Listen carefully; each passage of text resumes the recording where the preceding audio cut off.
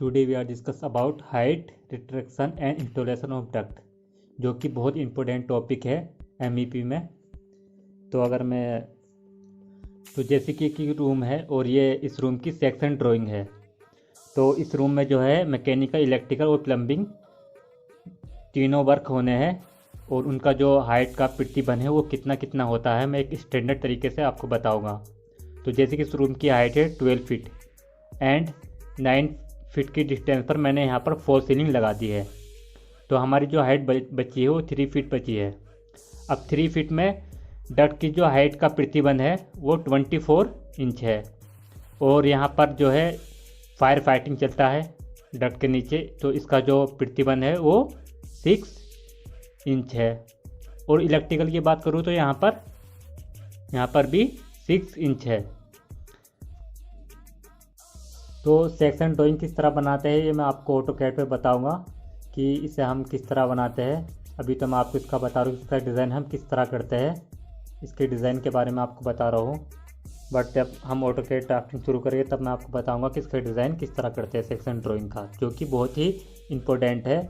जब हम इस ड्राइंग को बनाते हैं तो हमें कोऑर्डिनेट करना होता है इलेक्ट्रिकल इंजीनियर से एंड फायर फाइटिंग से एंड सिविल से, सारे डिपार्टमेंट में हमें कोऑर्डिनेट करना होता है। तब हमारी ड्राइंग अप्रूव होती है, तब हम इस पर वर्क करते हैं कि हमारी हाइट का जो है वो बहुत ही प्रतिबंध होता है हाइट का। बट ये स्टैंडर्ड है, बट हम स्टैंडर्ड यही यूज़ करते हैं। तो पूरा मैकेनिकल, इलेक्ट्रिकल, प्लम्बिंग ये 3 फीट की डिस्टेंस पे तीनों वर्क होने हैं और प्रोजेक्ट यहीं पर इंस्टॉल होना है तीनों। तो अगर मैं डक्ट की बात करूँ तो 24 इंच जो है डक्ट का प्रतिबंध है एंड 6 इंच यहाँ पर फायर फाइटिंग का पाइप जाता है, और यहाँ पर ऊपर जो है वो इलेक्ट्रिकल वर्क होता है।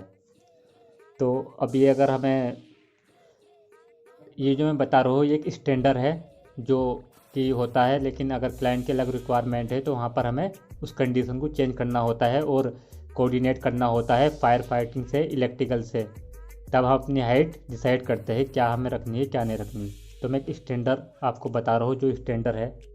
तो अगर मैं बात करूँ जैसे कि यहाँ पर है बॉटम ऑफ डक्ट है, नहीं बॉटम ऑफ बीम है, और यहाँ पर ये बॉटम ऑफ डक्ट है, ये बॉटम ऑफ फॉल सीलिंग है, एंड ये जो है जैसे कि ये है फिनिश फ्लोर लेवल, और ये जो है हमारी फॉल सीलिंग हाइट है 3 फीट एंड प्लेनियम स्पेस एंड ये स्लैब है। तो हमें इतनी ही हाइट में अपना डक्ट इंस्टॉलेशन करना होता है 24 इंच में, यानी कि 2 फीट में जो है हमारा अपना डक्ट इंस्टॉलेशन करना होता है। तो ये हमारी जो डक्ट का है हाइट का प्रतिबंध होता है। अगर ये प्रतिबंध नहीं है तो फिर हम अपना डक्ट कैसे भी इंस्टॉलेशन कर सकते हैं। तो अब बात करता हूँ मैं एस्पेक्ट रेशियो की। तो एस्पेक्ट रेशियो क्या होता है डक्ट का? It is ratio between maximum of duct and minimum size of duct. For example ये हमारी विड्थ है और ये हाइट है, तो एस्पेक्ट रेशियो क्या हो जाएगा हमारा, जैसे मैक्सिमम साइज या मिनिमम साइज, तो 2:1। अगर मैं तो ये कितना होना चाहिए हमारे डक्ट का, जैसे कि 2:1 है, तो ये कितना होना चाहिए मैक्सिमम और मिनिमम। तो मैक्सिमम की हमारी लिमिट होती है इसमें, जैसे कि मैक्सिमम एस्पेक्ट रेशियो 9:1, बट ये थ्योरेटिकल है, लेकिन प्रैक्टिकल जो होता है वो मैक्सिमम एस्पेक्ट रेशियो हम 4:1 कंसीडर करते हैं। तो हम देखते हैं अगर हम इसे इंक्रीज़ करेंगे, हमारा एस्पेक्ट रेशियो इंक्रीज़ हो जाता है, तो हमें क्या क्या प्रॉब्लम देखने को मिलती है। अगर हम अपना एस्पेक्ट रेशियो इंक्रीज़ कर देते हैं तो वहाँ पर हमारा क्या होगा, तो अगर हमारा ये एस्पेक्ट रेशियो अगर इंक्रीज़ होता है तो हमारा फ्रैक्शन क्या होगा, फ्रैक्शन इंक्रीज़ हो जाएगा। अगर फ्रैक्शन इंक्रीज़ हो जाएगा तो हमारा जो है डक्ट में नॉइज़ जनरेट हो जाएगी, अगर एंड ब्लोअर की कैपेसिटी भी इंक्रीज़ हो जाएगी। और मतलब ये भी अगर हमारा एस्पेक्ट रेशियो इंक्रीज़ होता है तो हमें इसके एडवांटेज देखने को मिलते हैं जो कि सही नहीं होते। जैसे कि मेरी मशीन है 6000 CFM की एंड 1200 FPM है। तो अगर मैं डक्ट साइज मैंने जैसे किया 32x34, तो जो मेरी ज़्यादा होती है जैसे 34 है तो ये विड्थ रहेगी और कम जो है मेरी हाइट रहेगी। तो इसका जो एस्पेक्ट रेशियो है 1:1 है, जो कि बहुत सही है। तो बट क्या होता है कि मेरा जो प्रतिबंध है हाइट का वो 24 है। तो उसमें तो अपना डक्ट साइज क्या मैंने कैलकुलेट किया, जैसे मैं 24 मेरी हाइट है एंड 41 मेरा डक्ट साइज आ गया है, तो मैं 24x42 अपना डक्ट साइज सिलेक्ट करूँगा। तो इसका जो एस्पेक्ट रेशियो है 1:2 है, जो कि एकदम सही है। यानी कि जो एक्सपेक्ट रेशियो है वो 4:1 के रेशियो में होना चाहिए, यानी कि इससे अबव नहीं होना चाहिए। और हमारा जो डक साइज होता है वो हमेशा इवन नंबर में होना चाहिए, ना कि ओड नंबर में होना चाहिए। जैसे 24 है तो मैंने 42 इसे सिलेक्ट किया है, तो इसका जो है एक्सपेक्ट रेशियो 1:2 है, क्योंकि यहाँ पर जो है हमारा हाइट का प्रतिबंध है कि हम इससे ऊपर हाइट अपनी नहीं डक की नहीं कर सकते। तो फिर मुझे क्या करना होगा अपनी, अगर मैं हाइट को कम करूँगा तो मेरा विड्थ इंक्रीज़ हो जाएगी। अगर मुझे कहीं पर विड्थ का प्रतिबंध है तो मैं अपनी हाइट विड्थ डिक्रीज़ करूँगा, बट मेरी हाइट जो है इंक्रीज़ हो जाएगी। तो हमें देखना होता है कि हमारे साइट पर क्या रिक्वायरमेंट है, कि हमारा हाइट का कितना प्रतिबंध है और विड्थ का कितना प्रतिबंध है। ये सब हमें कोऑर्डिनेट करना पड़ता है, मैकेनिकल से, इलेक्ट्रिकल से, एंड फायर फाइटिंग से, एंड क्लाइंट से, एंड सिविल से, कि यहाँ पर जो है हाइट का कितना प्रतिबंध है। ये सब साइट के अकॉर्डिंग होता है, बट मैं आपको स्टैंडर्ड वे बता रहा हूँ क्या होता है स्टैंडर्ड में। तो अब बात करता हूँ डक्ट फिटिंग की।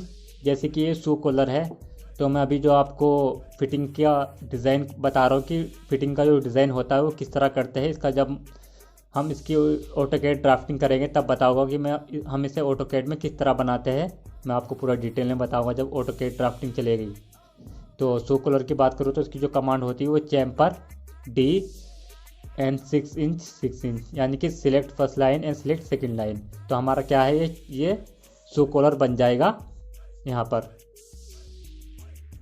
तो ये जैसे ये मेन डक्ट है और ये हमारी ब्रांच डक्ट है, तो अगर हम मेन डक्ट से ब्रांच डक्ट में जाना है तो वहाँ पर हम शू कॉलर लगाते हैं, जो कि 45 एंगल पर होता है। तो मैं आपको बताऊंगा कि इसे ये किस तरह बनाया जाता है ऑटोकैड पर। अब बात करता हूँ मैं रिड्यूसर की, जैसे कि concentric reducer and eccentric reducer. तो कोसेंट्रिक रिड्यूसर की बात करूँ तो मैं यहाँ पर ये वहाँ पर यूज़ होता है जहाँ पर हमारी ब्रांच यानी कि दोनों तरफ हो मेन डक्ट के। जैसे कि हमारा ये मेरा डक्ट है यहाँ पर, तो अब यहाँ पर भी एक ब्रांच है, एक शू कॉलर है यहाँ पर, एंड यहाँ पर भी। तो यहाँ पर क्या यूज़ होगा, ये इसेंट्रिक कोसेंट्रिक रिड्यूसर यूज़ होगा। और अगर मैं बात करूँ यहाँ पर, जैसे कि मेरा मेन डक्ट है यहाँ पर और इसकी जो ब्रांच है वो एक ही साइड है, यानी कि इसकी जो ब्रांच है यहाँ पर है, इसकी ब्रांच है यानी कि यहाँ पर, और यहाँ पर इसकी ब्रांच नहीं है। तो यहाँ पर इसकी ब्रांच नहीं है, तो यहाँ पर मैं कौन सा रिड्यूसर यूज़ करूँगा, यहाँ पर इसेंट्रिक रिड्यूसर यूज़ करूँगा। यानी कि यहाँ पर ब्रांच एक साइड होगी, वहाँ पर क्या होता है, वहाँ पर एक इसेंट्रिक रिड्यूसर यूज़ होता है। तो मैं इसका डिज़ाइन देख लेते हैं कि इसका डिज़ाइन हम किस तरह करते हैं। बट जब ऑटोकैड ड्राफ्टिंग स्टार्ट होगी तब मैं आपको बताऊंगा कि इसेंट्रिक रिड्यूसर और कोसेंट्रिक रिड्यूसर किस तरह बनाते हैं।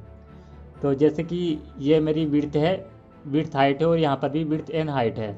तो मुझे निकालनी है कि ये मेरी लेंथ कितनी रहेगी, कि ये कम ना हो जाए ज़्यादा ना हो जाए। अगर कम ज़्यादा हो जाती है तो यहाँ पर क्या होता है, हमें नॉइज़ जनरेट हो जाती है। तो इसकी नॉइज़ जनरेट ना हो, मतलब हमारी मशीन में कुछ प्रॉब्लम ना हो, इसलिए हम इसका डिज़ाइन करते हैं। तो इसका डिज़ाइन हम किस तरह करते हैं, इसका फार्मूला क्या है, लेंथ ऑफ रिड्यूसर।